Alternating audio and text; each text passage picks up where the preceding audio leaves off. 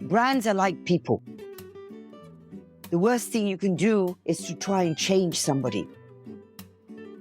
They are who they are, with all their good points and all their less good points. And if you try and change them, you can ruin everything of them. When some design agencies or managers try and change the DNA of a brand, it's very dangerous, and it almost makes consumers feel that they were wrong to use this brand. That does not mean a brand does not evolve. A brand has to evolve, she has to be modern, she has to appeal to the new trends. But always remember who she is, her DNA. Because if a brand, like a person, tries to be somebody else, it just doesn't work. Oscar Wilde used to say, be yourself, everybody else is taken. It's the same for a brand. Be yourself, the competitors are taken. Just be yourself.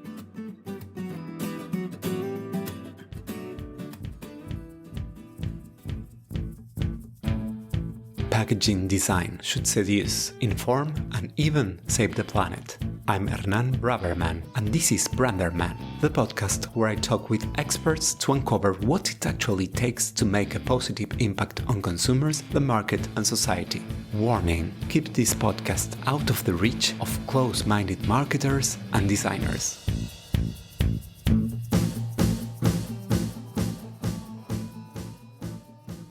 Before the interview, let me introduce my design agency. Brands with purpose. Human, agile, honest brands that leave no one indifferent. Tridimage creates and revitalizes brands to imagine and shape the future. Tridimage, the branding and packaging design agency for bold brands. Today, I had the joy to speak with Sylvia Vitale Rotta, founder and CEO of Team Creatif Group, an international brand design agency with branches in the four corners of the globe.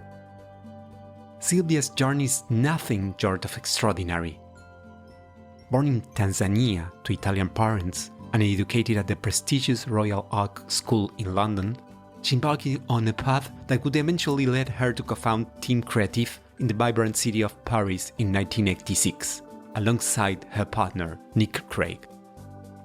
In this episode, we explore Sylvia's remarkable journey, tracing her steps from the foothills of Mount Kilimanjaro to the heart of the design world in Paris. We also uncover the challenges she faced along the way and discover how she successfully built and steered her agency for over 37 years. Join us as we unravel the evolution of package design and delve into the delicate art of striking the perfect balance between a brand's identity and modern sensibilities.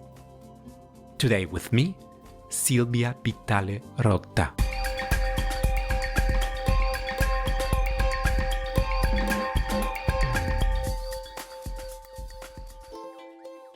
Each of us is a container of ideas, projects, and dreams. However, we can't read the label when we are inside the jar. Sylvia, what do you think your label says, or what would you like it to say? Interesting question. I'd like it to say that I am a very passionate person, that I love what I do. I love life, I love the nature, I love people. And in a way, my curiosity helps me get involved in anything that may happen or be around. So in a way, if there was a label on me, I'd like it to say all those things, but in a simple human manner. And yeah, I can honestly say, apart from one harder period in my life, that I've had a fantastic journey. Great. And talking about journeys, building a brand is like a journey, which starts with defining where we are and asking ourselves where we want to go. What was the path that led you from Tanzania to founding in Paris one of Europe's leading independent brand design consultancies? I was born on the foot of the Kilimanjaro. Wow. And I could see with my mum the Kilimanjaro every day from the window of the house. It had lots of snow at the time, and the contrast was quite enormous between the white and the green. I wanted to obviously travel the world. I often wondered what was at the top. And another passion I used to have, which was quite crazy, was playing with tiny little packaging from a shop. My grandmother, my Italian grandmother, I didn't even know where Italy was.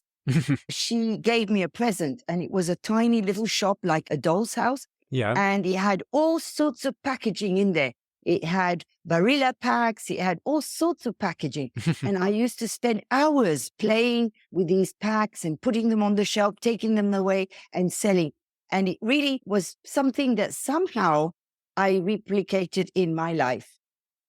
And the other thing was that I was so lucky when I came to the UK, because that's where I went to do my studies. I had a brilliant art teacher, Mrs. Jones. She said to me, "Wow, Sylvia, you should do something in art. You have a really good sense of color." And she made me. She just made me, because she was the only one that in my childhood would say that. I was maybe 13, 14 by then. And then I was lucky enough to do art college in the UK. And of course, in the UK, when you do art college, you also learn a lot about brands and about marketing, because they teach you not just to do design, they actually teach you how design is important for everything you touch, everything, whether it's a product or a brand or a pack or whatever, everything is designed. And so that was just so exciting. Looking back on your journey, what is the most valuable lesson you have learned, and what advice would you give to your younger self? The most valuable lesson I think we learned when we came to Paris with my partner, Nick Craig, who then became, of course, my husband and the father of my two girls, was that in fact, design was a universal language. We didn't speak a word of French. Wow. We only spoke English. And we fell in love with Paris. I'm talking about 45 years ago. And 45 years ago, Paris was absolutely booming. And London at the time was a bit cold and grey and raining. And so for us, it was just, whoa. We said, this is where we want to live. And we went to see our first client, which was Danone. We just said, we don't know how to speak French, but we have our portfolio. We are designers. Can we help you design branding? And they looked at us. Branding? What do you mean? And packaging? They didn't even know. Because in those times, 45 years ago, people did not talk about branding or packaging in France. And then we created, of course, Team Creatif, the creative team, and we concentrated on food. Team Creatif has been in the industry, as you said, for a considerable amount of time. How have you seen the design landscape evolve over the years? How has your agency adapted to these changes? Well, of course, at the beginning, 37 years ago, there was no computers. So everything we did, the calligraphy was by hand. We had letter set, we had Pantone markers. And of course, there was the strategic thinking, which at the time, obviously, the competition was not the same. The brands were not so international. The spectrum of the shelves was less crowded. And brands, in a way, had more honorability at the time. They had more character, a bit more personality. Everything was like done by hand. There was a real craftsmanship in what we presented. Yeah.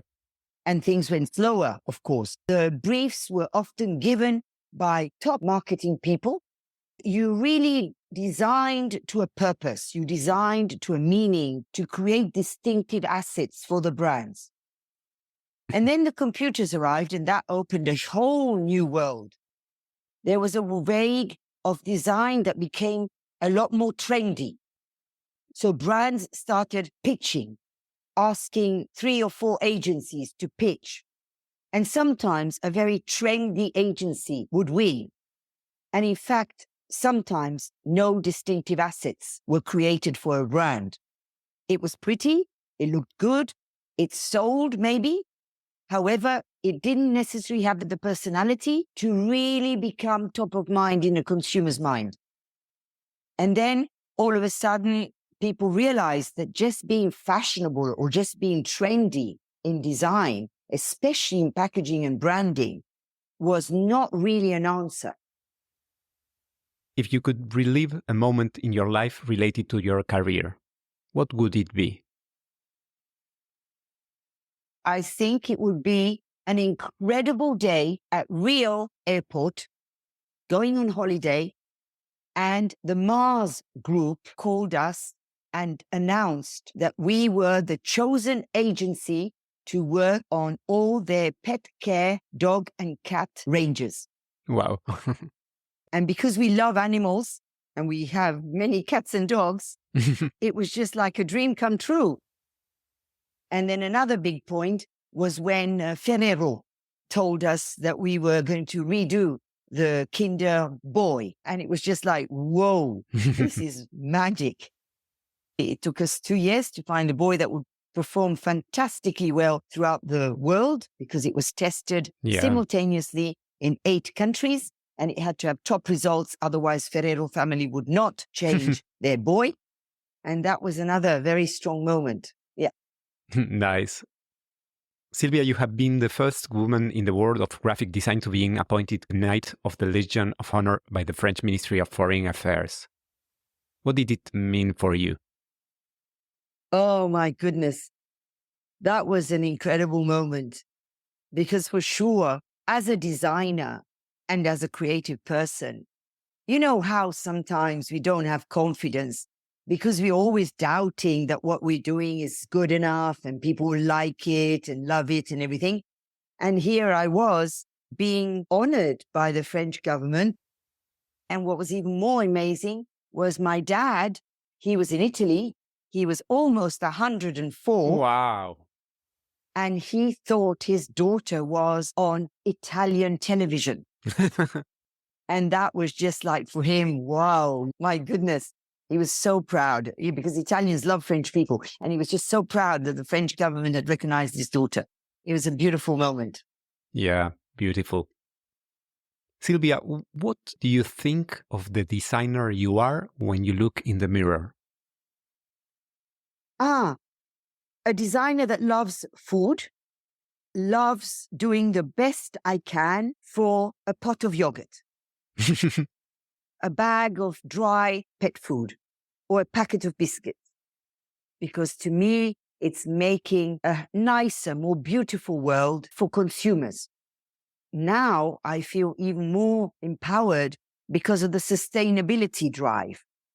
Because as designers, we really have a role to play in sustainability. This is what I think is the role, is how to help our clients do food that is even better for the consumers. In Africa, we work for the United Nations to give a brand to African smallholder farmers. And we've given them a brand called Terre Africa, or Terre Ivoire, or Terre Senegal, depending on the country. That brand gives value to the products that the smallholder farmer is producing, which otherwise he would be selling in bulk at not even a quarter of the price. Yeah. So, you know, a big role, a big mission. If your agency were a landscape, what would it be and why? I think we would be a beautiful photography of either looking out to the sea with all the waves, because we're always in movement. The agency is always in movement. A beautiful sea, just with the horizon, with the blue sky, the sun and the water, with the waves moving, but not big waves, but lovely waves. And the other one would be overlooking a forest where there's trees, big ones, little ones, dark ones, light ones. all the mystery around the trees, which is a little bit what happens in a design agency, where there's all sorts of briefs and complexity and problems to solve and people going here, there, and everywhere, just like walking through a forest and discovering things. So, yeah, if I was a landscape, I think that's what we would be. Beautiful. Why are you proud of Team Creatif independence? We've survived for 37 years. It's a long time for a design agency. We've managed to stay a family business. So if we want to spend 3 days on a client, we can. We don't have to always answer bottom line or financial issues. If we want to work longer with a creative team to try and find a better solution, we can. And maybe because I am a creative person, I don't really want somebody with offices, I don't know, in New York or wherever, telling me what I should do. And maybe being born in Africa, freedom is probably my biggest quest. We are a family. We fight, we argue, we sometimes are happy with each other, and therefore we belong to ourselves.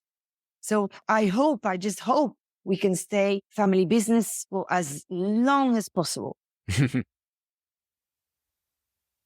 Team Creatif has a global presence. In fact, a large part of your business is international. Can you talk about your agency experience in navigating cultural nuances in design? First of all, our agencies were born from beautiful human encounters and opportunities. So we didn't plan to be in Sao Paulo, in Brazil. We went on holiday, we fell in love with the country, we fell in love with the people. And then when we got back home, Danone called us and said, we need a design agency to redo some brands in biscuits that we bought in Brazil. Can you come for a brief? And we have to go to Brazil for a week and do all the store checking. And that's how Team Creatif Brazil started. And we've had a fantastic time. And we celebrated 20 years of Team Creatif Brazil 2 days ago. We sent over 2 French people that worked with us, 1 commercial person and 1 chief designer. And then all the rest were Brazilian. We have lots of Argentine people. I think we have a couple, 1 or 2 Ecuador, a couple of Mexicans, obviously Brazilians. It was a fantastic melting pot. For Asia Pacific, same thing happened. Danone said, we have an issue with the Aqua, which is a water brand. We need you to come over to Indonesia, to Jakarta. And so we went, we met a French person down there, and then we did a company in US. We were in Charlotte. Now we're going to probably be in New York. And then, of course, in France, we have our production platform in Limoges and our design agency in Lyon. And then, of course, Paris. Your agency has more than 300 employees. How do you foster a collaborative environment within your agency? What are the qualities you value the most in your team members, and how do you nurture these qualities within your agency? Not always easy. Not always easy, because each agency obviously is autonomous. However, they're all proud to belong to the Team Creatif family. We all talk the same strategic design thinking language. How would you describe an ideal Team Creatif client? My goodness. First of all, we have a lot of ideal clients. They're the ones that we have great success with, but also fights, challenges. They may brief us and we don't agree, and they will also listen to what we have to say. Everybody's respectful of everybody's role. Hey, Sylvia, I have a magic wand right here. What would you like to change about your studio right now? Well, right now, I just wish we had a little bit more quality time for everybody. Since the pandemic, things have got very speedy. And I just wish sometimes clients would just find a little bit more time, just a little bit more quality time, and just a little bit more finance, so that we can just reward the designers and the strategic people and the commercial people that put so much into every job. So that would be my dream. I completely agree. Yeah. Mhm. And I think all design agency owners will say the same. Yeah.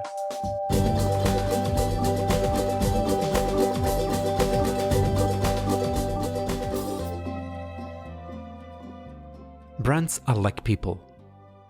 The more you give them, the more they give back. As a design agency, why did you decide to obtain a B Corp certification? First of all, because we're a family business and because we are ourselves mums and dads, and because we all want to leave the best future for our kids, I've always been very respectful about everything we do, about our staff, about eating well, about everything. And when B Corp came out, we realized that maybe it could give a stronger, even stronger meaning to what we were doing intuitively.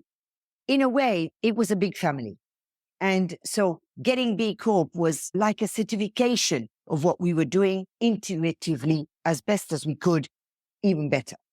So yes, we had to change all our windows to make them more energy proof. We had to rewrite our status. So we had to do all that, as well as proof to the B Corp that we were doing everything in our daily life to promote ecological sustainability, that respect for planet, socially, and of course, environmentally, for every job we did.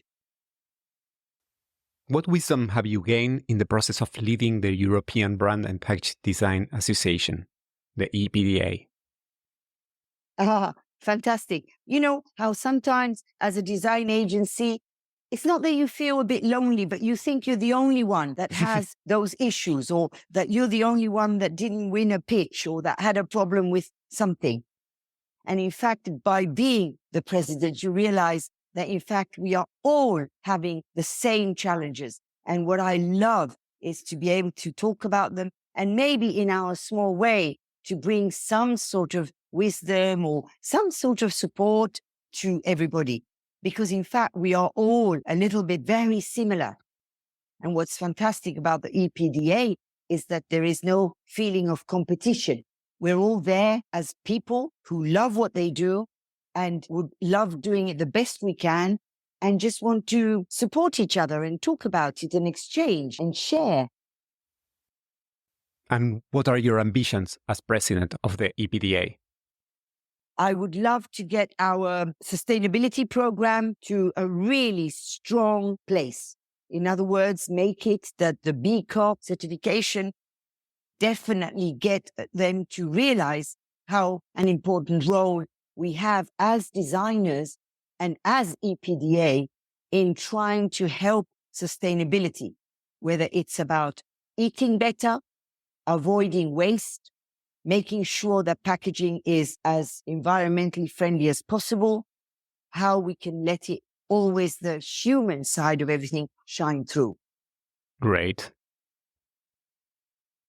What is the worst design crime you have ever seen or perhaps committed? Lucky we have not committed it, because we are very, very, very, very, very strict on that. And that is forgetting the brand's DNA. Brands are like people. The worst thing you can do is to try and change somebody. They are who they are, with all their good points and all their less good points. And if you try and change them, you can ruin everything of them. And therefore, when some design agencies or managers try and change the DNA of a brand, it's very dangerous, and it almost makes consumers feel that they were wrong to use this brand. That does not mean a brand does not evolve. A brand has to evolve. She has to be modern. She has to appeal to the new trends. She has to answer the new generations. But always remember who she is, her DNA. Because if a brand, like a person, tries to be somebody else, it just doesn't work.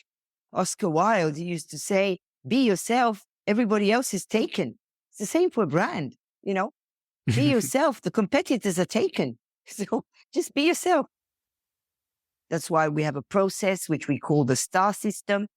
Our designers have to answer to the star system, the strength of a logo, of a color branding, of an icon, a structure that then becomes top of mind and facilitates the consumer's navigation of the brand, and also brings longevity while permitting it to become modern, follow trends, follow consumers, expand, go to different countries, do different ranges, etc.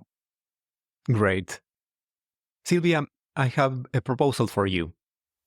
Let's play a game. As you may be aware, a table tennis table is often found in creative studios. Here's how it works. I will ask you a series of quick questions, and you'll need to choose between two concepts. And if you like, you can also explain your reasoning behind each choice. Are you ready for BRANDERMAN Ping Pong? Yes, absolutely. I am a designer or I am a consultant? I am a designer who takes into account all the consultancy strategic thinking to bring the best answer to the design I do. I don't just design to design. Close brief or blue sky brief? As a creative, you are the strongest when you have a very closed brief because it makes you challenge even stronger beliefs. When it's a closed one, whoa, and you come up with a creative answer, it's fantastic. Creative strategist or strategic designer? Strategic designer. A creation project or a redesign project? I would say both, but what I love most is redesign a project. Help a brand that is maybe old or looking a bit dusty to re-find a new modernity, a new interest, to re-become it, do a step change. That I find is the most challenging. Focus groups or gut feelings? Before, I used to say gut feelings, intuition, and I still say that today, gut feeling and intuition, and then have a focus group, and invariably your gut feeling and your intuition was right, and the focus group makes it richer. Mass market or premium market?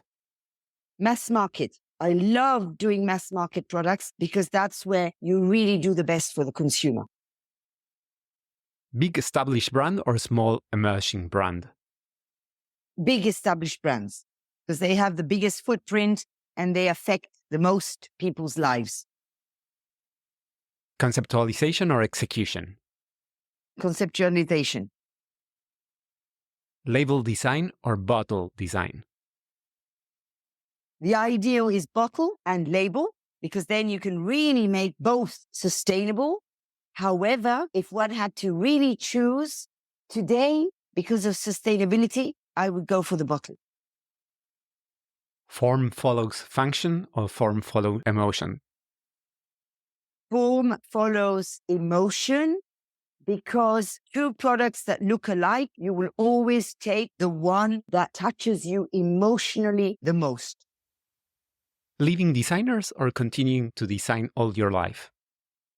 Leading designers, because the ideas, the freshness, the craziness that some designers have today, also thanks to the technology or the digital technology of today, I love working with the young people and seeing their ideas. It makes me buzz, and then I love helping them go further strategically or client-wise or commercially.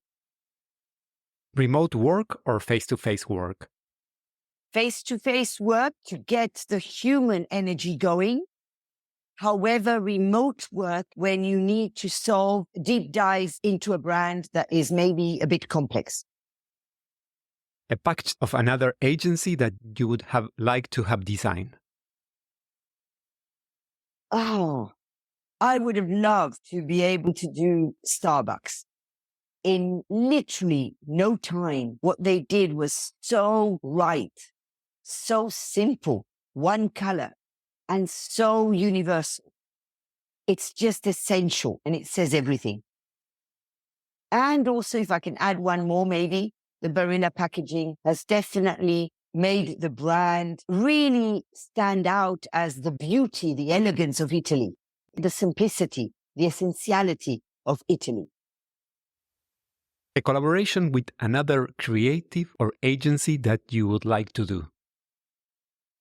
I think I'd love to work in collaboration with Design Bridge or Pearl Fisher, which is also an English agency. So yeah, it would be great to one day have a common project together. Wow, it would be fantastic. And finally, great designers are born or great designers are made? I think you have to be born. You have to have an eye. And I think that is something that designers have. We have a sort of a balance in the way we look at things, the perception of color, the perception of balance, the perception of aesthetics, of beauty, of essentiality, style. So yeah, I think it's born. You can't just learn it. Sylvia, looking ahead, what trends do you anticipate shaping the future of design? I think the trends will be more and more back to basics, back to what the real truth of the brand, the positioning, what does the brand stand for? Who is it made for? What does it taste? What is the essence of the brand? And stop putting all the claims and all the text and all the flashes and all the stamps that clients always want to put on their products, thinking that they will sell more or thinking the consumer will be more convinced. Slowly, we're getting to something a lot more cleaner, more direct, more impactful, more attractive, more simple. And hopefully, we will get there quite quickly. Not easier, because clients always over-justify themselves on their products, always want to give too many reasons why to buy. In fact, the consumer wants to know one reason, just one. Is there anything on your radar that has the potential to revolutionize our industry? How do you imagine the term package design will evolve? Being right. Today, there's a lot of packaging out there that is not right. It's overdone, or it's too big, or it's too small, or it's not convenient. We are definitely having to being a lot more aware of what is right for that product, for that consumer, whether she buys it online or whether she buys it in a store. And also the fact of making sure that once she's used the product, she doesn't feel she's throwing more packaging out than what the product she used. So going back again to more purity, more respectful of the resources to make the pack, and not just the perception of being bigger or higher or taller, but what is the most important thing of the role of the product in the life of the person who's going to buy it? Because packaging is one of the few medias that you actually ask the consumer to pay for. They don't realize that in a way they're paying for advertising or point of sale or social media. They don't feel they're giving money for that. But when you go into a shop and you buy a packet of pasta, you are buying the product. So the product and, of course, the pack it comes in. So it has to valorize the consumer. It's got to give him pleasure. What advice would you pass on to young designers? Believe in your dream. Always believe in your dream and really put everything you've got into it. If you want to be a good designer, you can't just work part-time. You need to be dedicated to what you do.